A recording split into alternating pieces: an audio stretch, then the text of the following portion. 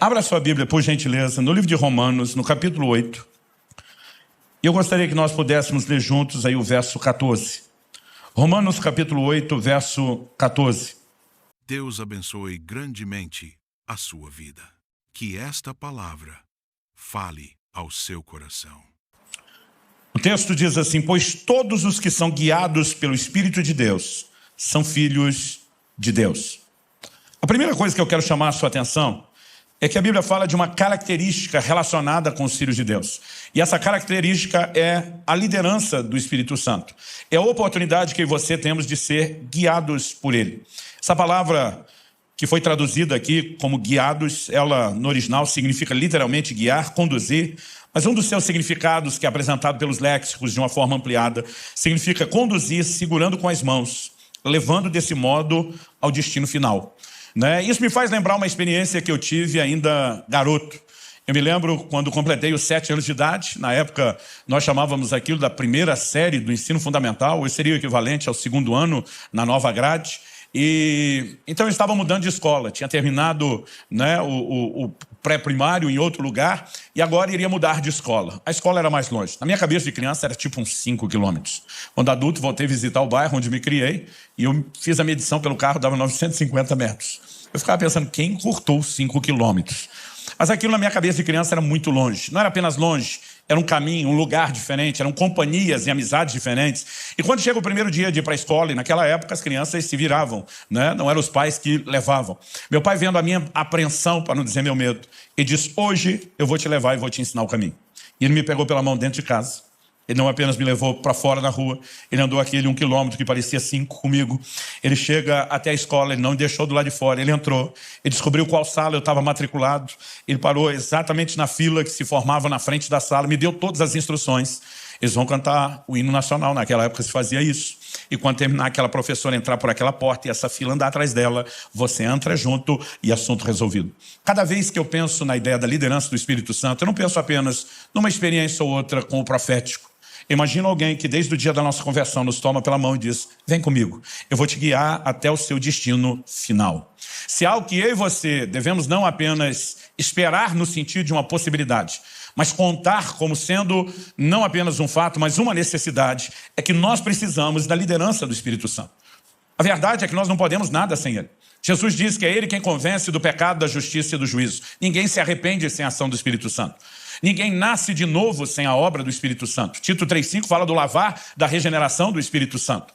Mas a obra do Espírito Santo não se limita a nos conduzir ao arrependimento e novo nascimento. Depois disso, é Ele quem estará presente e vai nos conduzir, vai nos guiar a toda a verdade, disse Jesus. Quando em João 14, Jesus diz: eu não vou deixar vocês órfãos. Eu estou saindo por um tempo, mas até que eu volte, eu não deixo vocês órfãos, vou enviar um Consolador. Essa percepção de João 14 me fez imaginar muitas vezes o Espírito Santo quase como uma espécie de estepe, de substituto do Jesus que não estaria presente. Mas é quase como se ele não estivesse bem à altura. Quando eu falo do estepe, é porque a maioria de nós, vou falar aí principalmente dos homens que gostam dos carros esportivos, que já botaram dinheiro em roda, ninguém investe na roda do estepe. Ninguém investe no pneu do estepe, porque ele é só para de vez em quando. Então a gente olha para aquilo e diz: se faltar, ele dá conta, mas não está no mesmo nível. Mas quando você olha a declaração de Jesus em João 16, é muito interessante. Porque o Senhor Jesus diz o seguinte no verso 7 de João 16: eu vos digo a verdade, convém-vos que eu vá. Porque se eu não for, o Consolador não virá para vós outros. Se porém eu for, eu vou lhe enviarei. Lá em João 14, parece que Jesus está dizendo: porque eu estou indo para não ficar sem ninguém, ele vem. Aqui, em João 16, Jesus está dizendo: convém que eu vá. Jesus está dizendo: eu preciso tirar o time de campo, porque se eu não for, ele não vem. Então agora, não é que o Espírito Santo está vindo porque Jesus está indo. Jesus está dizendo: eu tenho que ir para que ele venha. E ele começa a dar um outro tom à conversa. Nos versos 12 e 13, Jesus diz: tenho ainda muito que vos dizer, mas vós não o podeis suportar agora. Quando vier, porém, o Espírito da verdade, ele vos guiará toda a verdade, o que não falará por si mesmo, mas dirá tudo o que tiver ouvido e vos anunciará as coisas que hão de vir. Agora Jesus diz: eu tinha algumas coisas para comunicar a vocês, e vocês não têm estrutura para receber, e nem eu, nesse momento, sou quem vai transpor a limitação de vocês. Mas quando o Espírito Santo vier, Ele não vai lutar apenas para preservar o nível, ele vai subir de nível. Ele vai trazer um nível de compreensão e entendimento que nem eu consegui colocar dentro de vocês. Nós não podemos diminuir a importância da obra do Espírito Santo. Em 2 Coríntios, no capítulo 3, a nova aliança é chamada de o ministério do Espírito. Porque tudo que vivemos do arrependimento, o novo nascimento, toda a experiência de vida cristã é chamada a obra do Espírito Santo. A transformação do crente de glória em glória na imagem do Senhor é obra do Espírito Santo. Resumindo, não existe vida cristã sem a obra do Espírito Santo. E a Bíblia está nos mostrando que os filhos de Deus precisam da liderança do Espírito Santo. O problema é que nós temos mistificado demais o que é essa liderança. Alguns de nós não acreditamos ser possível, outros de nós acreditamos que alguns possam ter acesso, mas não todos, e muitas vezes nós não temos fé para viver aquilo que está à disposição de cada um de nós. Mas o que eu e você precisamos ter certeza é que Deus não tem filhos prediletos. Em Romanos 2,11, a Bíblia diz que ele não faz acepção de pessoas. Ele não gosta mais de um do que do outro. Eu não aceito a ideia de Deus ter filho predileto, a menos seja eu. Aí dá para abrir uma exceção. Brincadeira à parte, quando eu penso nisso e olho para as Escrituras e vejo gente como o apóstolo Pedro, Atos capítulo 10, ele está orando no telhado enquanto prepara um almoço e a Bíblia diz, e disse-lhe o Espírito Santo, alguns homens estão aí à porta e te procuram, vai com eles, nada duvidando. Como alguém pode ter um nível de informação tão clara, precisa como essa, que vai gerar resultados como os que geraram? A porta da salvação sendo aberta aos gentios na casa de Cornélio em Cesareia de Filipe. Depois nós vemos Paulo, por exemplo, Atos 16 diz que enquanto o apóstolo Paulo tentou ir para a Ásia, o Espírito do Senhor não o permitiu. A Bíblia diz que ele contorna tentando a Bitínia e o Espírito de Jesus não deu autorização para seguir. É ali que ele permanece quieto, orando, até que numa visão, um jovem da Macedônia aparecendo, passa a Macedônia e ajuda-nos. Esses homens viviam a liderança do Espírito Santo. Atos capítulo 13, a liderança da igreja de Antioquia, jejuando, buscando ao Senhor. A Bíblia diz, disse-lhes o Espírito Santo. Será que o privilégio de ouvir ou ter a liderança do Espírito Santo era apenas de alguns poucos homens separados, especiais, escolhidos para isso? Não, de forma alguma. Cada um de nós, os filhos de Deus, podemos viver a liderança do Espírito Santo. E essa é a hora que você tinha que ter dado um amém. Tipo, é para mim. Vamos dizer isso, João, diga, é para mim. Então, se os que são guiados pelo Espírito de Deus são filhos de Deus, nós precisamos entender que a Bíblia está disponibilizando isso aos filhos. Não é apenas um luxo, não é um acessório, é uma necessidade que todos nós temos de ser liderados pelo Espírito Santo. Eu nasci e cresci no lar cristão, fui apresentado a Cristo desde bem cedo, mas o que demorou, pelo menos digo demorou, comparado com as crianças, hoje são introduzidas na experiência bem mais cedo, meus filhos foram bem mais cedo, foi só aos 15 anos de idade que finalmente eu fui batizado no Espírito Santo. Eu nasci e cresci num contexto de uma igreja bem tradicional, quase que avessa às manifestações do Espírito Santo. E foi só depois dos 15 anos de idade que eu comecei a ter contato com os dons, com as manifestações do poder do Espírito Santo. E eu confesso que eu fiquei empolgado com aquilo que vi. Tinha um pastor que foi o camarada que me deu a primeira palavra profética, pelo menos da que eu me lembro. Meus pais dizem que quando eu era criança as pessoas profetizavam sobre o meu ministério, mas eu não lembro. Mas aos 15 anos de idade esse homem revelou os segredos do meu coração. Falou de coisas que era impossível que ele soubesse. E aquilo trouxe um impacto tão grande na minha vida. Mas no início eu ficava assim muito reticente. Vamos devagar, sem empolgação, vamos analisar bem isso, vamos ver se as coisas são bem assim. Mas eu lembro de uma ocasião que eu falei para ele, falei, meu amigo, quando você diz, Deus me disse, eu já nem duvido mais. Eu já vi Deus te usar tanto. Palavra de conhecimento, profecia, língua, interpretação, revelações tão precisas que eu falei, eu já não duvido mais. Mas aí eu fiz uma pergunta para ele, eu falei, como que é a voz de Deus? Porque sempre que alguém dizia, Deus me disse, eu imaginava um camarada andando por aí ouvindo voz. E eu ficava pensando, como que é isso? E eu perguntava para ele, como é a voz de Deus? É sempre a mesma voz? É voz de homem? É voz de mulher? É tipo quando você vai falar com um amigo do outro lado, você já reconhece o timbre da voz? Ou se você liga e atende alguém com uma voz completamente diferente, você já pensa em engano? E nesse caso, espiritualmente falando, seria um baita do engano. E eu fui fazendo perguntas e ele só fazia era rir. E eu não estava nem entendendo porque ele estava rindo. Hoje eu tenho vontade de rir das perguntas que eu fazia. Mas ali eu estava honesto, tentando, sincero, tentando descobrir. E ele olha para mim e diz, Luciano, eu não ouço Deus com o meu ouvido, do jeito que você está imaginando. Eu olho para ele e falei, você não ouve com o ouvido, você ouve com o quê? Ele falou, não, Deus fala comigo do lado de dentro. Eu falei, então você tem um ouvido lá de dentro? Ele falou, não, Deus fala comigo por meio de uma impressão. Para mim, 15 anos de idade, impressão é coisa de gráfica. Eu não conseguia entender nada daquilo. Eu falei, cara, eu não estou te entendendo. Ele falou, Luciano, menos. Você mistifica um negócio. Menos. Imagina uma coisa simples dentro de você. Eu falei, simples como? Ele falou, parecida com um pensamento ou um sentimento.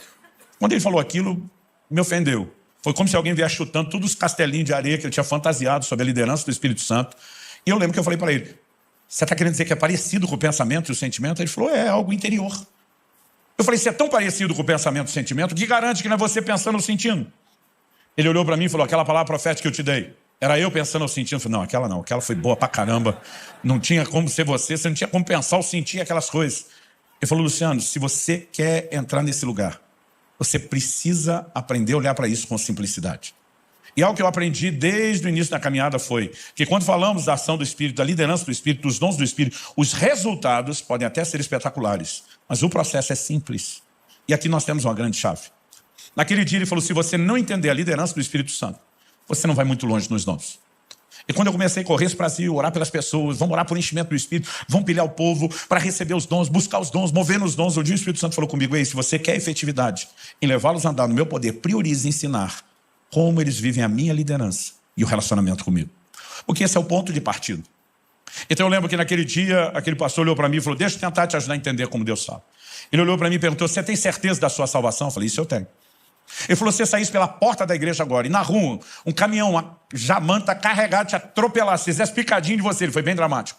Ele perguntou, você tem certeza que você está salvo? Eu falei, na hora. Ele falou, alguma vez Jesus já te apareceu? Dizendo, meu filho, eu mesmo te garanti com o meu sangue, tu está dentro. Eu falei, não, nunca vi Jesus. Ele falou, algum anjo te apareceu, te apresentando uma cópia do livro da vida, dizendo, está aqui no número de protocolo tal, apresenta na entrada. Eu falei, também não. Ele falou, você nunca viu anjo? Eu falei, nem anjo, nem o livro da vida. Ele falou, mas pelo menos você viu o céu? Te mostraram para onde você vai? Eu falei, não. Ele falou, então você nunca viu coisa nenhuma, não. Ele falou, pelo menos você ouviu uma voz de trombeta angelical, anunciando, chamando seu nome, dizendo que você é parte dos salvos. Eu falei, também não. Aí ele olhou para mim e falou, você nunca viu nem ouviu coisa nenhuma? Eu falei, não.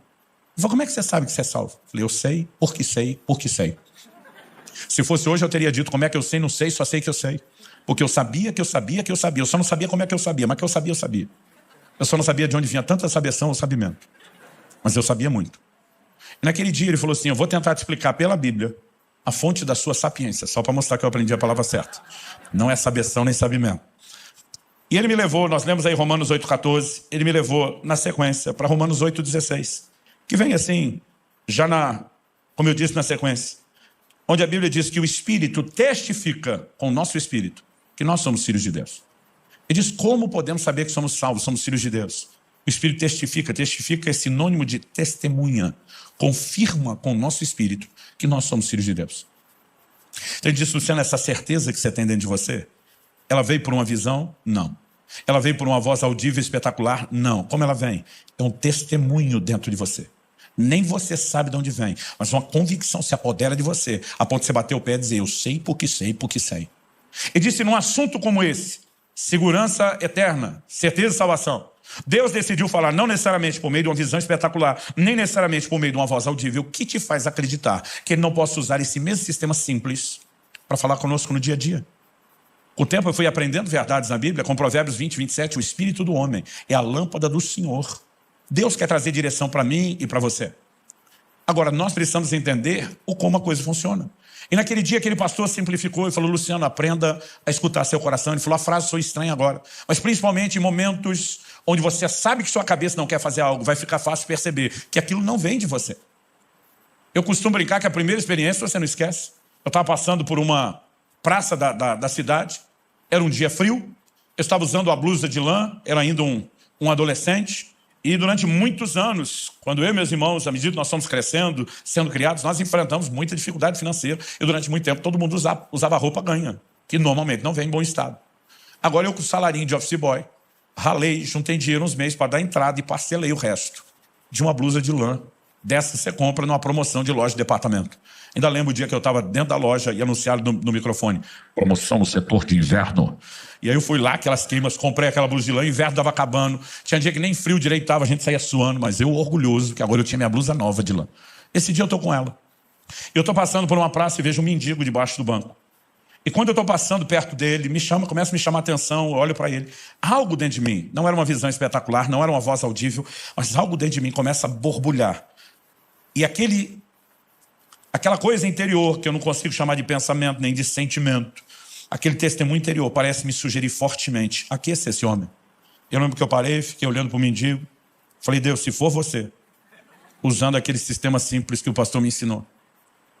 Eu falei, me ajuda a entender o que está rolando.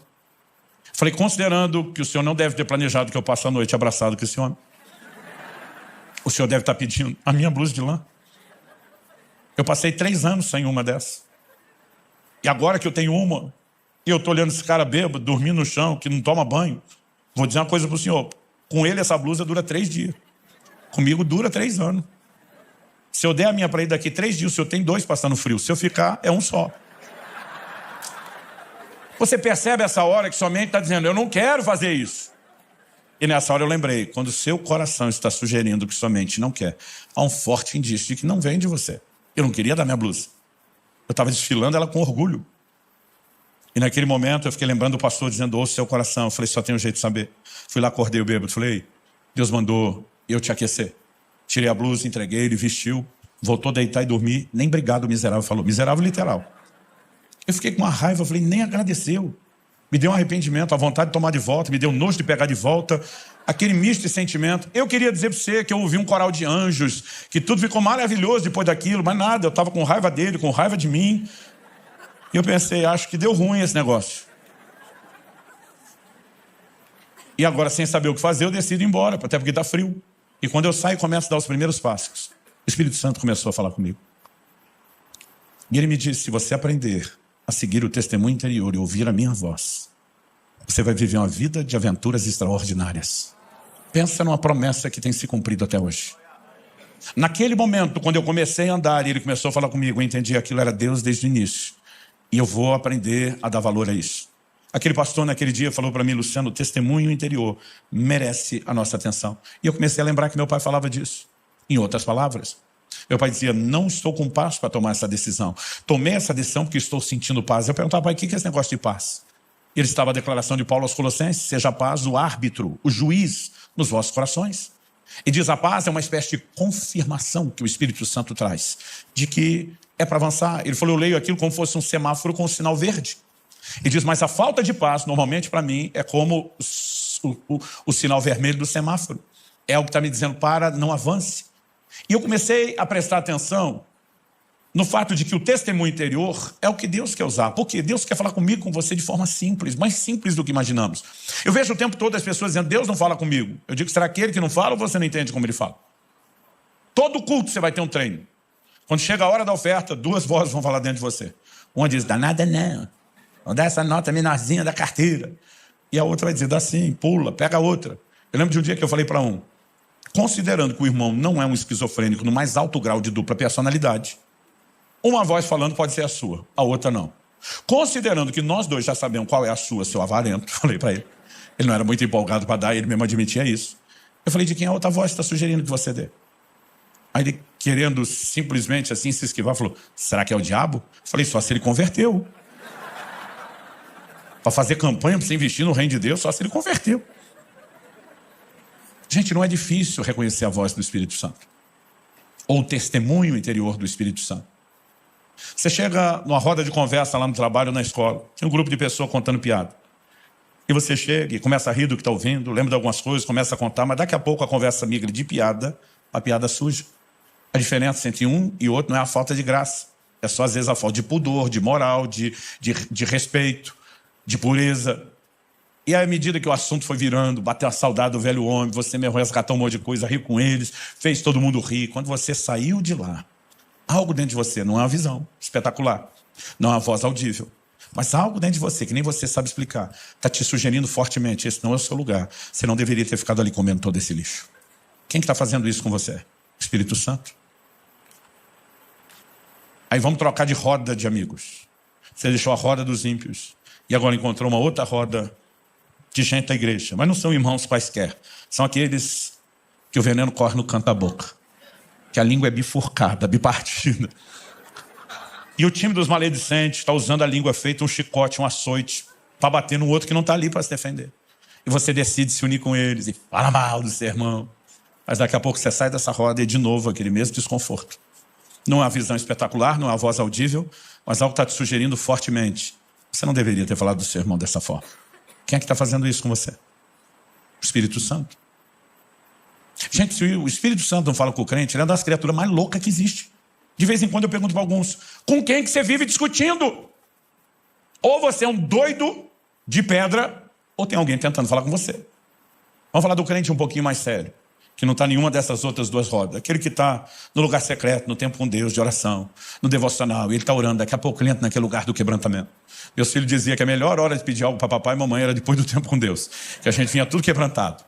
Aí está lá quebrantado, você fala, Jesus, hoje eu estou facinho, pode pedir qualquer coisa, e de repente vem algo dentro de você e diz, então perdoa fulano. Aí você diz, fulano não. Se Deus não fala com você, você está discutindo com quem? Não, fulano não. Aí algo dentro de você começa, perdoa fulano. Lembre de quantos anos de boa amizade, relacionamento, tudo que vocês viveram juntos. Não precisa se afastar, romper dessa, perdoa fulano. Aí algo começa, é quase como se fosse uma queda de braço, você sente, está perdendo. Aí você começa a ceder condicional. Posso até perdoar, mas vai ter que vir rastejando, mendigando meu perdão. A fortaleza de orgulho está enorme. E aquilo continua, perdoa fulano. Aí você pensa, mas ele não merece, mas eu não quero. E aquela coisa continua dentro de você, perdoa fulano. E daqui a pouco, para encurtar o processo, vencido na queda de braço, você se encontra chorando. Você diz, tá bom, eu perdoo, em nome de Jesus. E algo vem e lava a sua alma. Quem fez isso com você? O Espírito Santo. Agora, se ele age de forma tão simples, por que é que nós complicamos isso? Eu não estou aqui sugerindo que toda vez que você for atravessar a rua, você tem que dobrar o joelho e perguntar ao Espírito Santo, atravessa aqui na faixa ou mais ali na frente. Eu não estou dizendo que você tem que acordar toda manhã, ficar meia hora orando em línguas na frente do guarda-roupa, Espírito Santo, qual é o look do dia?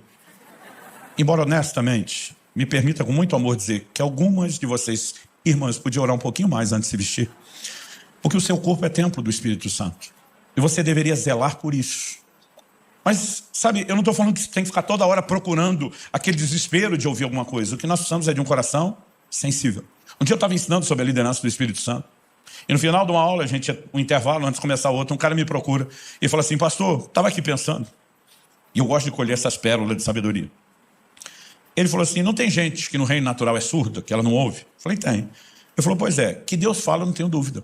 Porque Jesus disse, minhas ovelhas ouvem minha voz. Então, ele fala e era para a gente ouvir. Mas eu acho que espiritualmente eu sou surdo. Aí eu tentando segurar o riso, falei, como é que é? Ele inventou a surdez espiritual. Aí ele falou, não, porque Deus fala, mas eu não ouço, só tem uma explicação, eu que sou surdo. A hora que ele falou isso, eu estou tentando não rir, para não zombar do dilema dele. O Espírito Santo falou comigo. Não por uma voz audível, não por uma visão espetacular. Ele simplesmente me disse, pergunta para ele. Quanto tempo faz que ele já vem acordando às 3 da manhã em ponto? Eu nunca vi aquela criatura na frente, eu nunca tinha falado com ele. Mas aquele testemunho interior veio tão claro que eu sabia que era o Espírito Santo. Falei, desculpe, eu vou mudar um pouco o assunto e vou te fazer uma pergunta. Há quantas noites você já vem acordando às 3 da manhã em ponto? Ele arregalou os olhos, como é que o senhor sabe disso? Falei, há quantas noites? Ele falou, eu nem sei dizer.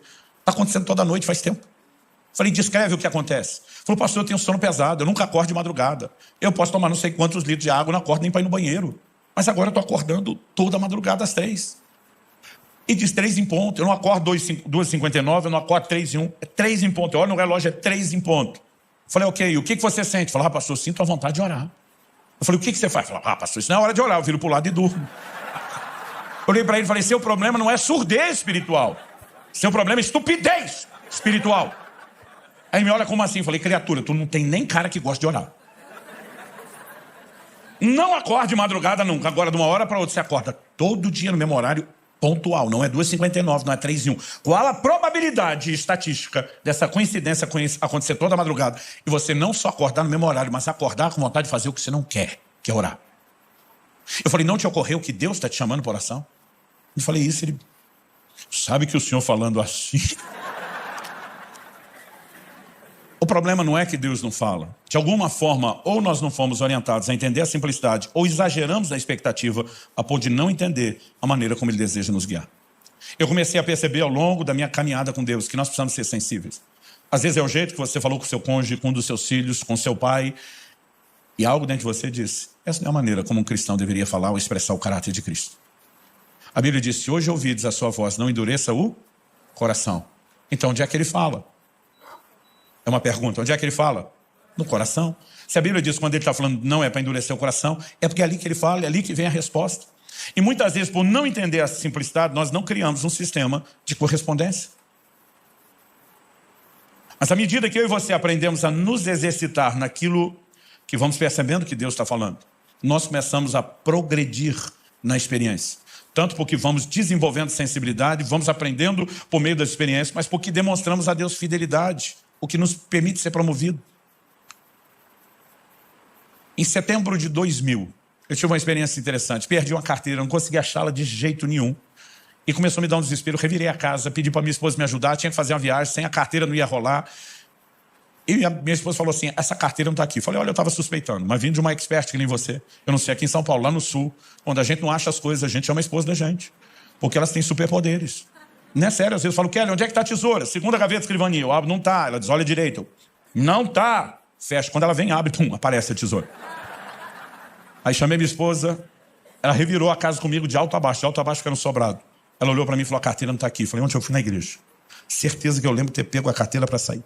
Fui na igreja, procurei banco onde sentei, gabinete, nada. Falei, onde fomos depois? Jantar na casa do fulano de tal. Acordei o irmão, falei, desculpe te acordar tão cedo. Eu estou desesperado, tentando achar minha carteira, porque sem ela não viajo. Eu acho que esqueci ontem. Reviramos a casa dele, nada. Quando saiu o desespero foi aumentando, porque eu vi que ia perder a viagem.